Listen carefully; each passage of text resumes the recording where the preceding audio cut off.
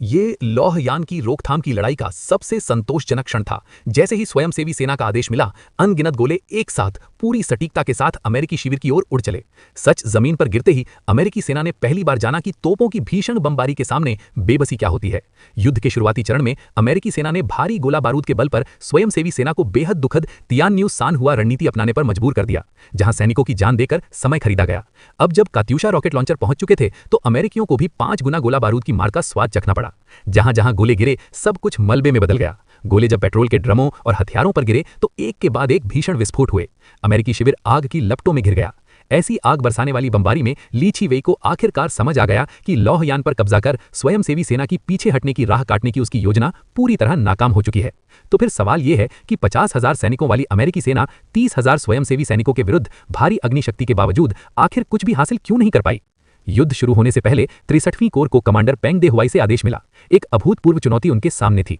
दुश्मन की संख्या 50,000 से अधिक थी, जो उनकी ताकत से दुगनी थी। उनमें 70 से अधिक अमेरिकी अभिजात एलीट इकाइयां थीं। उपकरणों के मामले में 63वीं कोर की कोई तुलना ही नहीं थी। लेकिन चाहे दुश्मन कितना ही ताकतवर क्यों ना हो, 63वीं कोर के पास एक ही रास्ता था, जान की बाजी लगाकर मिशन पूरा करना।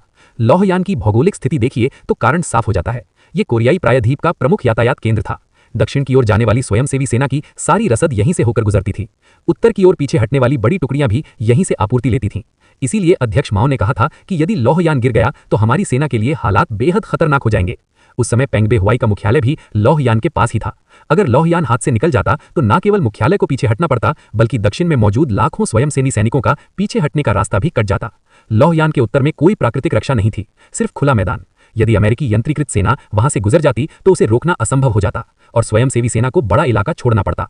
इसीलिए लौहयान की लड़ाई पूरे युद्ध की निर्णायक कुंजी थी। कोर कमांडर फू चोंगबिन ने आदेश दिया, 189वीं डिवीजन को लौहयान के दक्षिण में कम से कम 3 दिन तक मोर्चा संभालना ही होगा। लेकिन 3 दिन टिकना आसान नहीं था, क्योंकि 189वीं डिवीजन को अमेरिकी सेना के सबसे तीव्र और उत्साही पहले हमले का सामना करना था। भीषण बमबारी में हताहतों को कम करने के लिए डिवीजन कमांडर त्साई चांग युआन ने एक अनोखी रणनीति अपनाई। 189वीं डिवीजन को सैकड़ों छोटे छोटे लड़ाकू समूहों में बांट दिया गया। लौहयान के दक्षिण में इन छोटे मोर्चों ने सामने से दुश्मन को रोके रखा।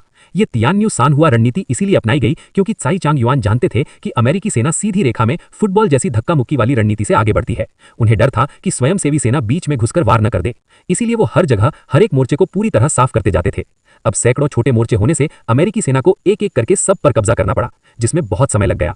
शुरुआत में अमेरिकी क्षितिज बहुत ऊंचा था, एक एक मोर्चा लेना कठिन नहीं लगा। लेकिन समय के साथ उन्हें एहसास हुआ कि हर मोर्चे के बाद और भी अनगिनत मोर्चों पर ऐसे सैनिक मौजूद हैं जो जान की परवाह किए बिना लड़ रहे हैं।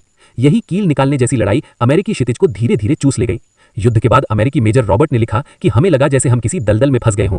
ना कोई साफ लक्ष्य दिखता है और हर जगह लक्ष्य ही लक्ष्य है। इस रणनीति की सबसे महान बात यह थी कि आदेश मिलते ही हर सैनिक जानता था कि मोर्चे पर जाना लगभग निश्चित मृत्यु है, फिर भी एक भी पीछे नहीं हटा। ऐसी लगभग आत्मघाती जिम्मेदारी निभाने वाली सेना दुनिया में कितनी होंगी। एक इंसान डरता है, कांपता है, जब आप देखते हैं कि पास के हर छोटे मोर्चे पर आपके साथी पूरी तरह शहीद हो चुके हैं और अगला नंबर आपका है, तब भी डटे रहना आसान नहीं होता।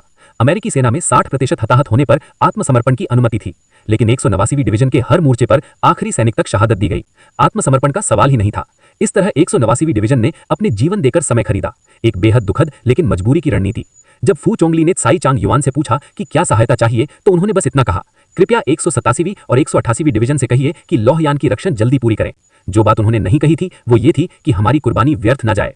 उन्होंने अपने जीवन की कीमत पर साथियों को अमूल्य युद्ध अनुभव दिया। युद्ध आखिरी क्षण तक जारी रहा। अंत में मैं आप सबको एक पुस्तक श्रृंखला की सिफारिश करना चाहता हूं, किशोरों के लिए महान आंग सांग तायू।